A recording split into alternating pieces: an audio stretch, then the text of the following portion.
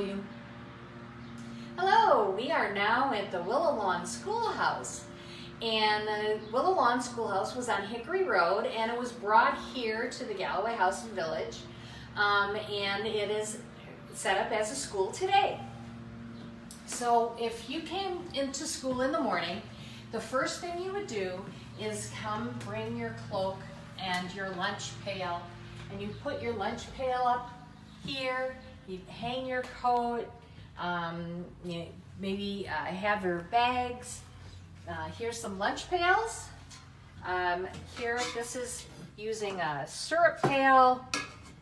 This is a regular pail with a top. Most it would have a lid, so that when you'd have the food in there, there would no bugs would then get into your food. And then you may put your hat and on the top. So now we're all ready to now go to school.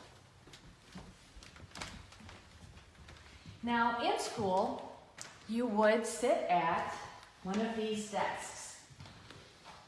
And these desks look a little strange. Everybody sits side by side. And there's these little metal pieces in the center. Well, this would have had a little well here, and you'd fill that with ink, because then you would dip your pen in the ink and write on paper. But paper was very, very expensive. And so you would always practice on what's called a slate. And so you would use like chalk, a slate pencil is what it would be called. And the slate pencil, you'd write on it, wipe it off, erase it, practice, practice. And then when you were good enough, you would be able to go to ink on paper and write everything out. So you, again, practice, and then you write your homework on the paper. Now, you'd do a lot of different subjects, and you'd start early in the morning. Now here, we'll show on the chalkboard, here's the daily program.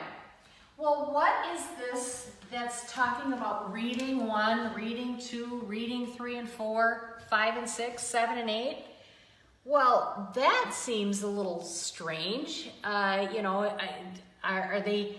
These are the not so smart readers, and these are the really smart readers?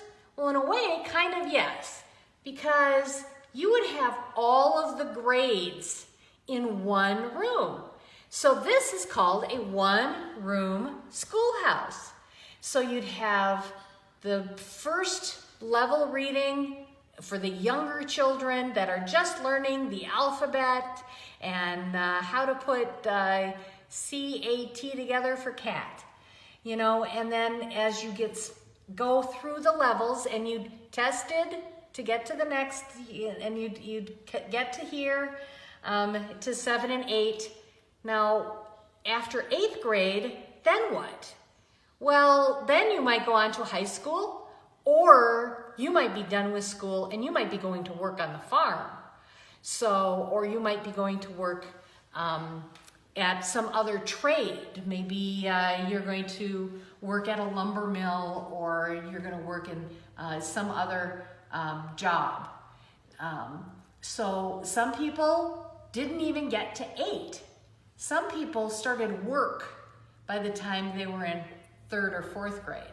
So it just depended on your family, and if you could get all the way to 8, and if you could then go on to a high school and on to a university. So then here we have all of the different things, and of course there's everyone's favorite subject is recess. Now, again, like paper was expensive. We'd have these chalkboards or slate boards, and the teacher would put all the different things on the chalkboard. Here we have, this is different lessons they're pre-printed. Instead of everyone turning in the book, this is kind of the book that the teacher would teach out of. so she would be teaching out of this flip chart instead of out of a book, because books, again, paper was expensive, books were expensive. Not everyone would always have all of the books. There were certain books that you would take home and bring back and use to study, and then some things you'd only just learn in the classroom. Again, with maps, there's all these different types of maps that you can pull down to learn about the state, the country, and the world. The teacher sitting here, hey, I've run out of ink, and she gets the jar of ink and she refills your inkwell. There are stories about naughty boys dipping the girl up front, her pigtail, into the inkwell. And that's where that comes from. And again, we come around here. Now, certain things that we learn in history is history. And certain things they learned had never even happened. So in this schoolhouse, World War II had never happened. World War I had not happened, but they had just passed the Civil War. So that would have been recent history of a few decades before. So when they would study about history, they might go way farther back than even that and study more European history, and then into American history, and then into different time periods. But you have to remember, not all history had happened yet. So what you're living now will be history for your grandchildren.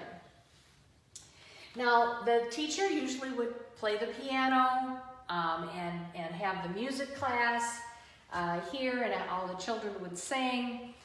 So no matter what grade you were, you would all sing together. There were certain things that, like the reading, you'd have separate, and then for certain other classes, you would have it all together. Everyone would learn all at the same time, like a music, or certain memorization lessons that maybe the younger students would memorize a certain part of a poem, and the older children would have to learn the entire thing. So the teacher would then just teach whatever, depending on if it was something that should be for the whole class or just for different ages. Now, as we're coming back out, we have lots of books here, but schools did not have lots of books. And things like this would mostly be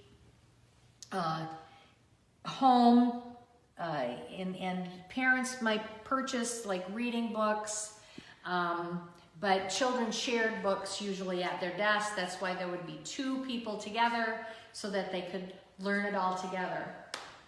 And then, as we come around, here's how you would get your drink of water. With the water cooler, somebody'd have to fill this so that they could then take the drink. And your school teacher would have gotten here much earlier than you to start the stove so that it would be warm in the school by the time you got here. So now the teacher is going to put out the fire, and the day is done. Go home and have a nice day.